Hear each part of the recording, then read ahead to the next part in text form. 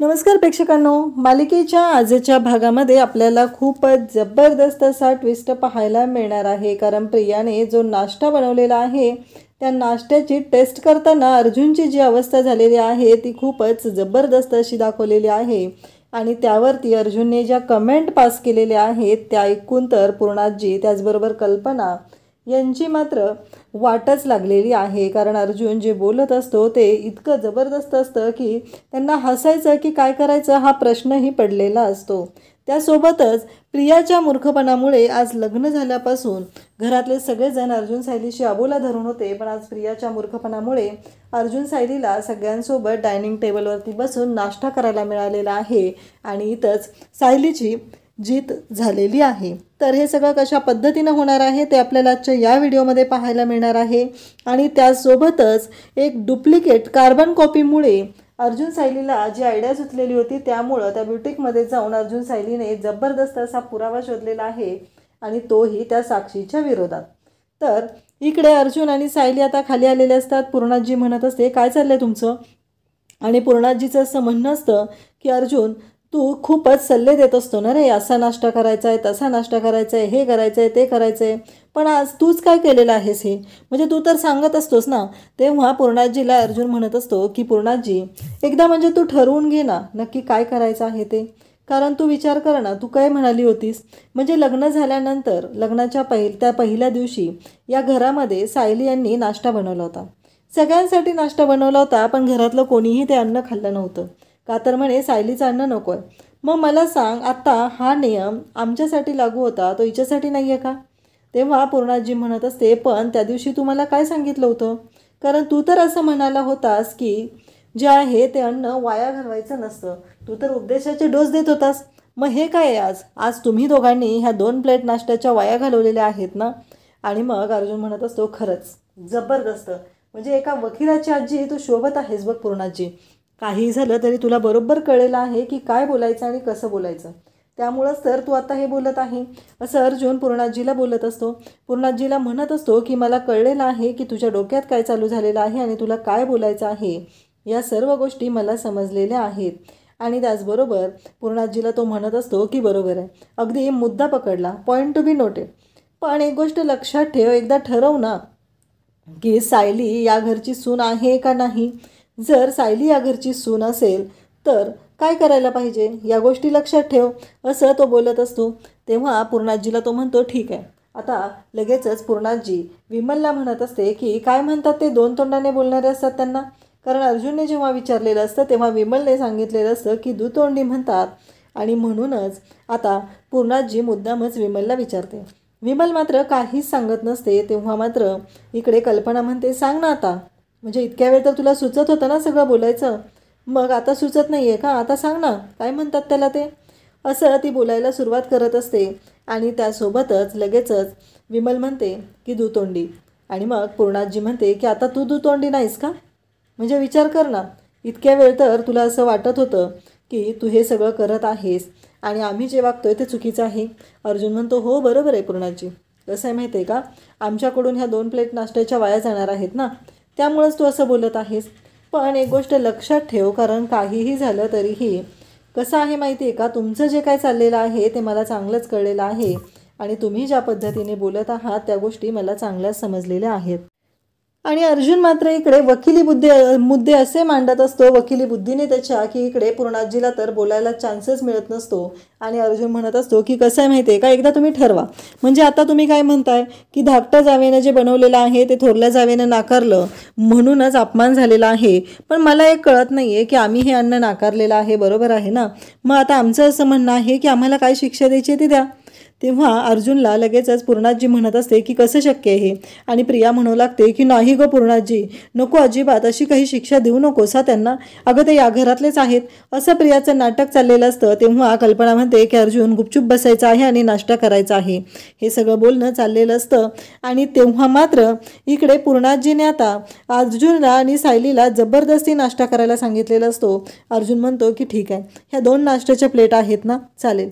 अर्जुनला सायली म्हणते की अहो चला ना, राहू द्या ना, कशाला नादी लागताय तुम्ही, असं अर्जुनला सायली सांगत असते आणि तीही जबरदस्ती नाश्ता करायला सांगत असते. आणि त्याचबरोबर इकडे अर्जुन आणि सायली आता दोघंही नाश्ता करायला बसणार असतात, कारण सायलीने या सगळ्यातून एक चांगला मुद्दा घेतलेला असतो आणि तो म्हणजेच आज सर्वांच्या सोबत आपल्याला नाश्ता करायला मिळत आहे. आणि त्याचबरोबर ही गोष्ट खूप आनंदाची असते. एवढ्या छान अशा गोष्टी घडत असतात, हे सायलीला छान वाटत असतं. प्रियाचा मूर्खपणा हा तिच्याच अंगाशी येणार असतो आणि तिच्यामुळंच ही संधी आपल्याला मिळत असते, हे सायलीच्या लक्षात आलेलं असतं. पूर्णाजी मात्र शांतच असते, तिच्या तोंडातून शब्दच फुटत नसतात, कारण काहीही झालं तरीही अर्जुन मात्र वकिली बुद्धीने तिला गप्पच करत असतो. त्यासोबतच आपल्याला पाहायला मिळतं की जेव्हा या सर्व गोष्टी घडत असतात, अर्जुन आणि सायली आता सर्वांसोबत डायनिंग टेबलवरती नाश्त्यासाठी बसलेले असतात आणि तिथेच घडतं. अर्जुन तो नाश्त्याची प्लेट घेतो आणि मग अर्जुन आणि सायलीलाही तिथं बसायला सांगतो. तिथेच असतो तो म्हणजे अश्विन. अर्जुन त्याच्या समोर जो ट्रे असतो तो उचलून आता अश्विनकडे देतो. अश्विन मात्र सायलीकडे आणि अर्जुनकडे पाहत असतो, किंवा सायली मात्र सगळ्यांकडे पाहत असते, डायनिंग टेबलकडे पाहत असते, कारण याआधीचे जे प्रसंग आहेत ते तिच्या लक्षात आलेले असतात आणि सायलीला मात्र खूप छान वाटत असतं. फायनली सायलीने ही लढाई जिंकलेली असते, कारण इकडे प्रियाने जो प्लॅन केलेला असतो त्या प्लॅनची तिने वाट लावलेली असते आणि सायलीने आता नाश्ता करायला बसलेली असते. सायली आणि अर्जुन दोघंही नाश्ता करत असतात आणि त्याचबरोबर अर्जुनने पहिला घास खाल्लेला असतो आणि तो सायलीकडे पाहू लागतो. सायलीने पहिला घास खाल्लेला असतो तो अर्जुनकडे पाहू लागतो आणि त्याचवेळी घडतं मात्र असं की तो पूर्णाजीला म्हणतो की मला आत्ता कळलेलं आहे पूर्णाजी की ही नाश्त्याची प्लेट जी आहे ती तू का दिलेली आहे, म्हणजे हा नाश्ता तुम्ही आम्हाला का खायला सांगितलेला आहे हे मला आत्ता कळलेलं आहे. हे सगळं बोलणं चाललेलं असतं आणि अर्जुन पूर्णाजीकडे पाहत असतो, पूर्णाजीला म्हणत असतो की मला आत्ता कळलेलं आहे. आणि मग तो म्हणत असतो की हा एवढा घटिया क्वालिटीचा जो नाश्ता आहे तो तुम्हाला सगळ्यांना खावा लागला असता आणि तो तुम्हाला जास्त खायला लागू नये म्हणून तुम्ही हे सगळं असं केलेलं आहे, हे अर्जुन सायलीला सांगत असतो आणि पूर्णाजीलाही म्हणत असतो, कारण त्यांना असं माहिती असतं की हा जो नाश्ता आहे तो खूपच घाण पद्धतीनं बनवला गेलेला आहे. अर्जुन म्हणत असतो की सायली तुम्हाला काय सांगू माहिती आहे का, हा जो नाश्ता आहे ना, हा नाश्ता घेऊन आपण ना तिथे जेलमध्ये जाऊया, ज्या कैद्यांना फाशी आहे ना, फाशीची शिक्षा सुनावली ना त्यांना देऊया हा नाश्ता. तेव्हा सायली अर्जुनकडे पाहत असते आणि अर्जुन हे सगळं बोलत असतो. प्रियाचं तोंड मात्र पाहण्यासारखं झालेलं असतं. अश्विन पण तो पहिला घास खातो आणि तोही बघत राहतो, कारण हा नाश्ता प्रियानेच फक्त खाल्लेला नसतो, घरातल्या बाकी सगळ्यांनी खाल्लेला असतो. सायलीला मात्र भारी वाटत असतं की आज कितीतरी दिवसांनंतर आपण सगळ्यांसोबत एकत्र बसून नाश्ता करत आहोत. अर्जुन जेव्हा हे बोलत असतो त्यावेळेस कल्पनालाही माहिती असतं की नाश्ता कसा झालेला आहे, कारण तिनंही गुपचूप तो खाल्लेला असतो, पूर्णाजीला पण कळलेलं असतं. तेव्हा अर्जुन म्हणत असतो की कसं आहे माहिती आहे का तन्वी, मला ना तुला एक गोष्ट सांगायची आहे, ती म्हणजे हा जो नाश्ता आहे ना, म्हणजे जेवण कसं बनवायचं आहे ना हे अगदी तू पुन्हा शिकलं पाहिजे. तेव्हा मात्र अर्जुन हे बोलत असतो आणि मग तो सांगत असतो. तेव्हा प्रियाला तो म्हणत असतो की कसं आहे माहिती आहे का, तुझ्या थोरल्या जावेकडून शिक, म्हणजे जेवण कसं बनवायचं असतं ते तिच्याकडून जर तू शिकलीस ना तर तुला कळेल की जेवण कसं बनवायचं आहे. त्या जेवणामध्ये आपल्या मनातल्या भावना जातात आणि तुझ्या मनात ज्या भावना आहेत तेच त्या जेवणामध्ये उतरलेले आहेत. हे सगळं अर्जुन बोलत असतो आणि म्हणत असतो की जो फाशी देण्याची आहे ना त्या कैद्याला जर हा नाश्ता आपण नेऊन दिला ना की तो हा नाश्ता खाल्ल्यानंतर मरूनच जाईल, त्यामुळं त्याला फाशी द्यायची गरजच पडणार नाही, त्याची फाशीची शिक्षा वाचेल ना, हे अर्जुनचं बोलणं चाललेलं असतं. आणि अर्जुन मात्र हे सगळं बोलत असतो आणि तो मजा घेत असतो. त्याला खूप भारी वाटत असतं, कारण प्रियाने ज्या पद्धतीचा नाश्ता बनवलेला आहे तो नाश्ता भर भर भर तोंडात तो घालत असतो आणि पटापट चमचे पाण्याचा ग्लास भरून तो पीत असतो आणि त्याला ती टेस्ट अजिबात आवडलेली नसते, त्याला ते अजिबात जेवण आवडलेलं नसतं. परंतु पूर्णाजी म्हणत असते की अर्जुन अण्णाला नावं ठेवायचं नाही. सायलीला तो म्हणत असतो की तुम्हाला पण जात नाही आहे ना, मग मला काय वाटते माहिती आहे का, तुम्ही पण काय करा माहिती आहे का, मी जसं अगदी पटापटा खाल्लं आहे ना तसं तुम्हीही ते खाऊन टाका, तर तुम्हालाही त्याचं काही वाटणार नाही आणि चला लवकर, असं तो बोलत असतो. आणि मग अश्विन म्हणत असतो की एवढा पण खराब नाही झालेला, बरा झाला आहे नाश्ता, फक्त यानंतर अजून चांगला होईल, जमेल तुला, असं तो सांगत असतो.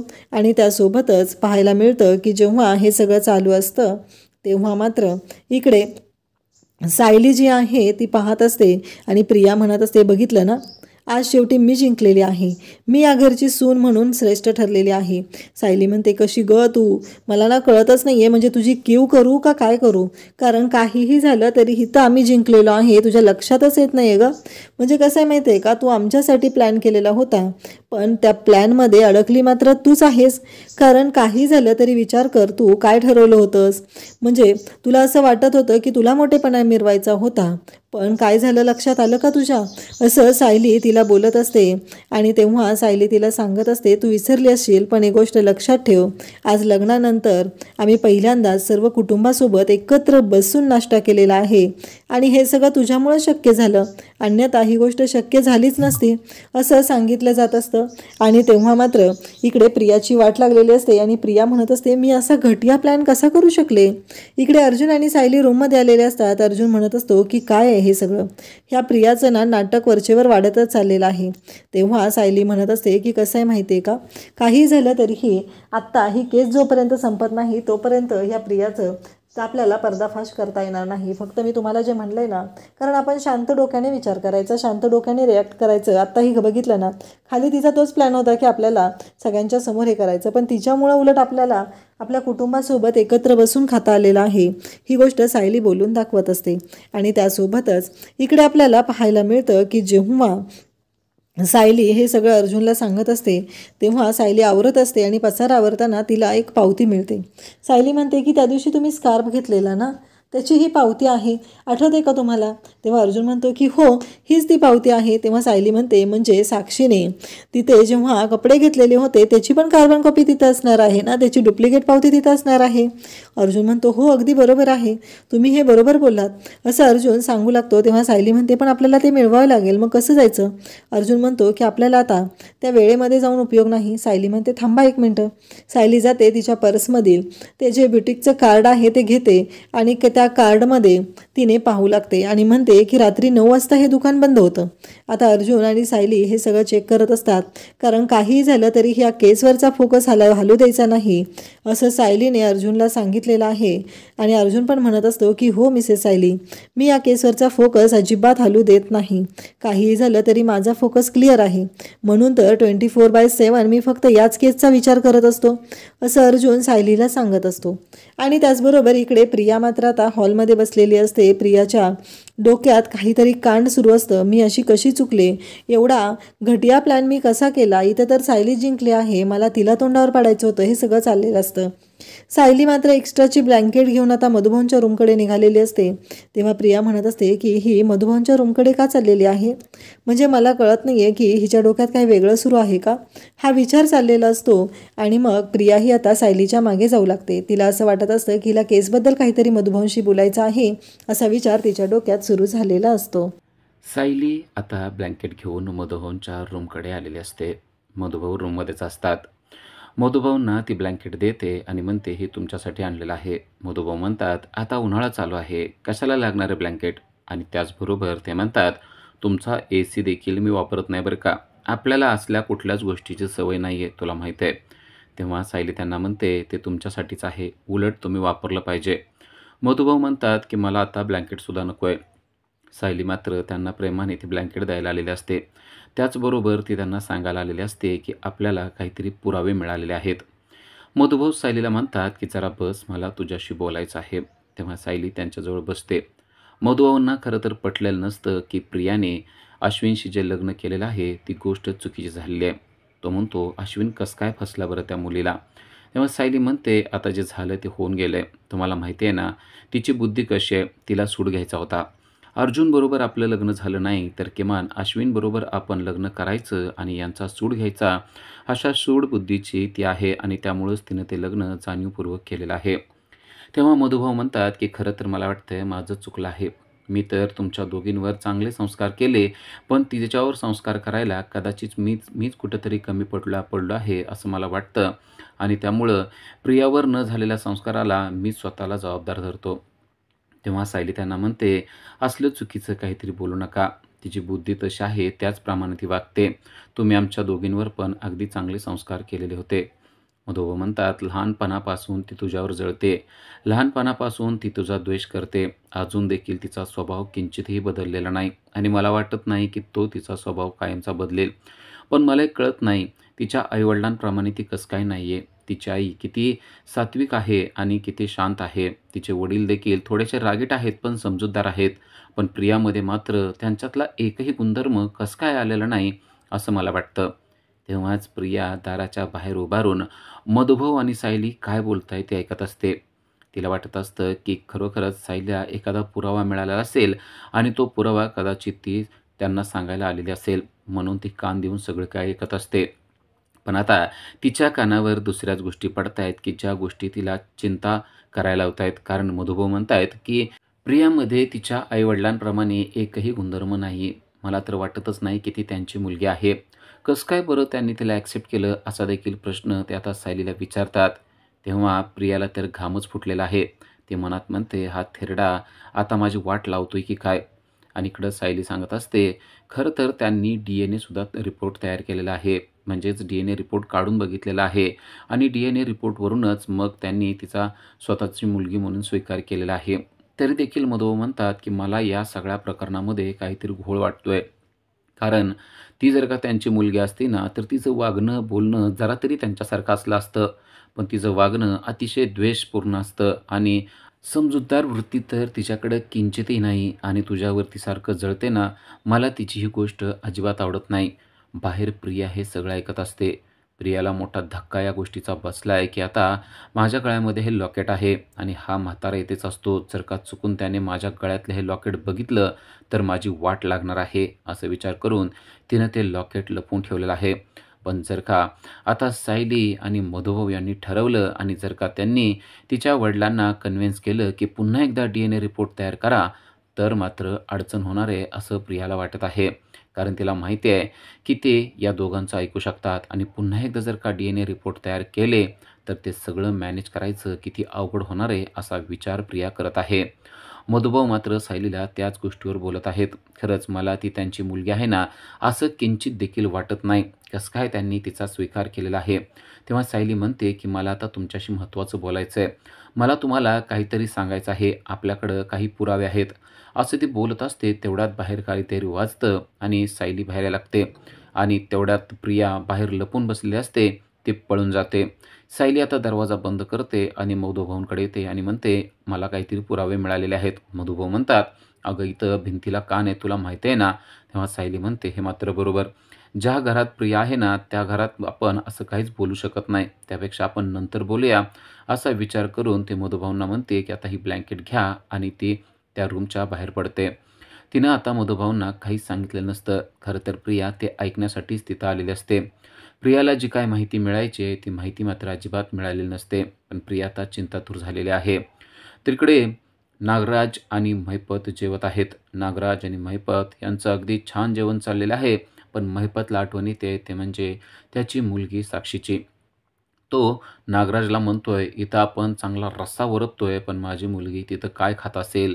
जेलमध्ये कशी राहत असेल?" असा मोठा प्रश्न मला पडलेला आहे. तेव्हा नागराज म्हणतो, "महिपत, अरे काय काळजी करतोय? एखाद्या कॉन्स्टेबलला 4 पैसे दे आणि पाहिजे असा डबा तिकडं पाठवून दे ना.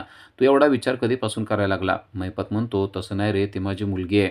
दुसरं कोण असतं तर मला अजिबात काळजी वाटली नसती. पण मला माझ्या मुलीची खूप काळजी वाटते. मला तिला या सगळ्या प्रकरणातून लवकरात लवकर बाहेर काढायचं आहे." नागराज म्हणतो, "अगदी लवकरात लवकर ती बाहेर पडेल, काहीच काळजी करू नको. पण आत्ता सध्या आपल्या पुढं जे आहे ना, ते आपण पूर्ण करूया." त्याच वेळेस महिपत त्याला म्हणतो, की "त्या प्रियाला जरा समजावून सांग. नुसतं भिंतीला कान देऊन ऐकून काही होणार नाही. आता डायरेक्ट आपल्याला जे पाहिजे ना, ते मिळलं पाहिजे. त्या माणसाची चिठ्ठी आपल्यापर्यंत पोहोचली पाहिजे, असं तिला सांग. नाहीतर त्या प्रियाचा आपल्याला काही उपयोग नाही आहे." असं दोघंजण बोलत असतात. नागराज म्हणतो, "त्याची काही काळजी करू नको. मी लवकरात लवकर ती व्यवस्था करतो." आता दोघांचं देखील जेवण झालेलं असतं. महिपत नागराजला म्हणत असतो, की "आता माझं ना डोकं चालायचं बंद झालेलं आहे. मला तर दररोज सकाळी असं काही स्वप्न पडतायत, की मी त्या म्हाताऱ्याला चाकूनं बोकसलेलं आहे. मी त्याला मारत आहे." तेव्हा नागराज त्याला म्हणतो, "असली स्वप्न अजिबात पाडू नको बाबा आणि किमान सकाळी तर नको आणि आता मारणं असल्या गोष्टी करूसुद्धा नको. अगोदरच आपण खूप मोठ्या गोत्यात सापडलेलो आहे. आता असलं काही विचारसुद्धा करू नको." तेव्हा त्याला महिपत म्हणतो, "आता माझं पोट फुल झालेलं आहे आणि डोकं पण फुल झालं आहे. जरा आपण बाहेर जाऊन शतपावली करूया, म्हणजे पोट आणि डोकं जरासं रिकामं होईल आणि तू माझ्याबरोबर चल. कारण आता सध्या मला आकडे तर काय मोजता येत नाहीत. तूच जरा मला आकडे देखील मोजायला मदत कर आणि मला जरासा काहीतरी सल्ला दे." असं म्हणून ते दोघे बाहेर जातात. इकडे त्यांची मोलकरीण सर्व साफ करत असते, तेव्हा तिला ती चिठ्ठी सापडलेली आहे. ती चिठ्ठी मधुभाऊंची आहे, की ज्यावर मधुभाऊंनी नोट लिहिलेली आहे. मधुभाऊंच्या आत्महत्येची ती नोट आहे, ती चिठ्ठी आहे आणि ती चिठ्ठी आता या मोलकरणीच्या हातात लागलेली असते. ती चिठ्ठी घेते, पण तिला मात्र त्या चिठ्ठीतील काहीही वाचता येत नाही. ती म्हणते, "मला तर काही वाचता येत नाही. साहेबांची ही चिठ्ठी महत्त्वाची असेल का? काय करू बरं? ही चिठ्ठी ठेवू का टाकून देऊ?" असा विचार ती करत असते. तेवढ्यात तिला विचार सुचतो, "मी जर चिठ्ठी टाकून दिली आणि महत्त्वाची असेल, तर साहेब मला कामावरून काढून टाकतील. त्यापेक्षा ही चिठ्ठी कुठेतरी आपण जपून ठेवली पाहिजे." असा विचार तिच्या मनामध्ये येतो. पण कुठं ठेवावी असा प्रश्न तिला पडलेला आहे. त्याच वेळेस तिथंच एक फाईल पडलेली असते. ती मोलकरीण ती फाईल उचलते आणि असा विचार करते, की या फाईलमध्ये ती चिठ्ठी अगदी सेफ राहू शकेल आणि साहेबांना ती परत मिळू शकेल. असं म्हणून तिने त्या फाईलमध्ये ती चिठ्ठी ठेवून टाकलेली आहे आणि ती मनाशी विचार करते, साहेब जेव्हा फाईल उघडतील त्यांना तेव्हा ही चिठ्ठी मिळू शकेल. आपण तर आता ही चिठ्ठी जपून ठेवली आहे, असं तिला वाटत असतं आणि तिने ती मधुभाऊंच्या आत्महत्येची नोट, ती चिठ्ठी त्या फाईलमध्ये ठेवलेली आहे. पण आता ती महिपतपासून थोडी लांबच गेली आहे. कारण महिपत कधी फाईल उघडणार आणि त्याला ती कधी मिळणार, हा मोठा प्रश्न आता तयार झालेला असतो. इकडे प्रिया अश्विनची वाट बघत आहे. तिचं लक्ष सगळं दारातच आहे. ही गोष्ट पूर्णाजी आणि कल्पना यांच्या लक्षात आलेली असते. त्यांचं जेवण झालेलं असतं आणि ते प्रियाला म्हणत असतात, की "तू देखील जेवण करून घे." प्रिया म्हणते, की "असं कसं? आत्ताच आमचं लग्न झालेलं आहे आणि मला त्यांच्याशिवाय जेवण्याची इच्छा नाही आहे." प्रिया अश्विनवर किती प्रेम करते असं दोघींना म्हणजे कल्पना आणि पूर्णाजींना वाटत असतं. प्रिया मात्र सतत दारात पाहत असते, की अश्विन येतोय का नाही ते. आणि प्रिया काय करते या गोष्टीवर लक्ष असतं, ते म्हणजे सायलीचं. सायलीला वाटत असतं, की लवकरात लवकर प्रिया हॉलमधून तिच्या रूममध्ये निघून जावी. इकडे कल्पना तिला सांगते, की "तू लवकरात लवकर जेवण करून घे, कारण अश्विन डॉक्टर आहे. तो काय ऑफिसमध्ये कामाला नाही आहे. 9 ते 5 त्याची ड्युटी नसते. त्याचं जसे पेशंट येतील त्याप्रमाणे तो काम करतो आणि त्याला यायला उशीर देखील होतो. आम्हाला या गोष्टीची सवय लागलेली आहे. तुला पण आता या गोष्टींची सवय लागून घेतली पाहिजे." असं पूर्णाजी पण तिला सांगतात. पूर्णाजी म्हणतात, "त्याची वाट पाहत बसू नको. आपलं जेवण कर आणि तुझ्या रूममध्ये जाऊन आराम कर." तरी देखील प्रिया म्हणते, की "मी त्यांची वाट पाहणार आहे. ते आल्याशिवाय मी अजिबात जेवणार नाही. मला जेवणच जाणार नाही." अशी नाटकं देखील ती करत असते. पण पूर्णाजी आणि कल्पना यांना मात्र तिची ती नाटकं खरी वाटत असतात. तेव्हा त्या दोघी एकमेकांना म्हणतात, "आता तुमचं लग्न झालंय.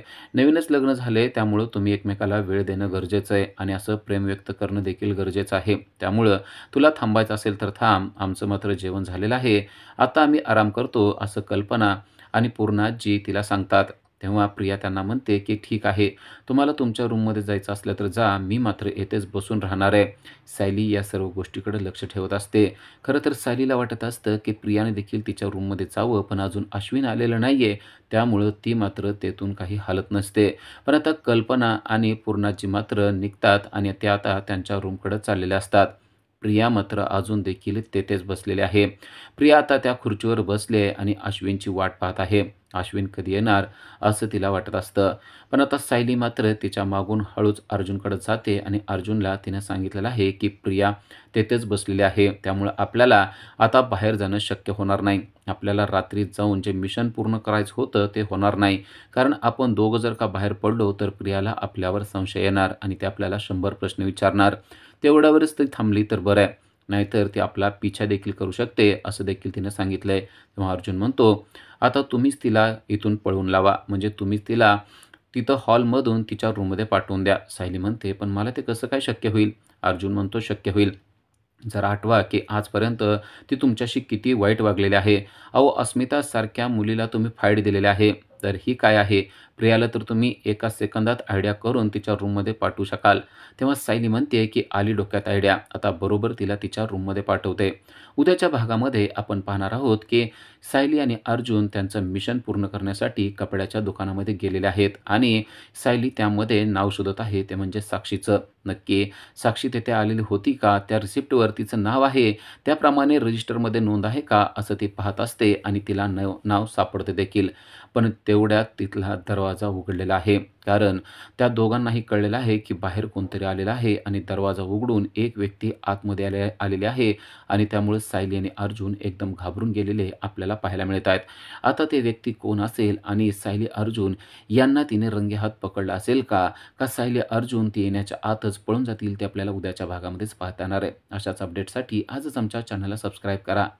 Thank you.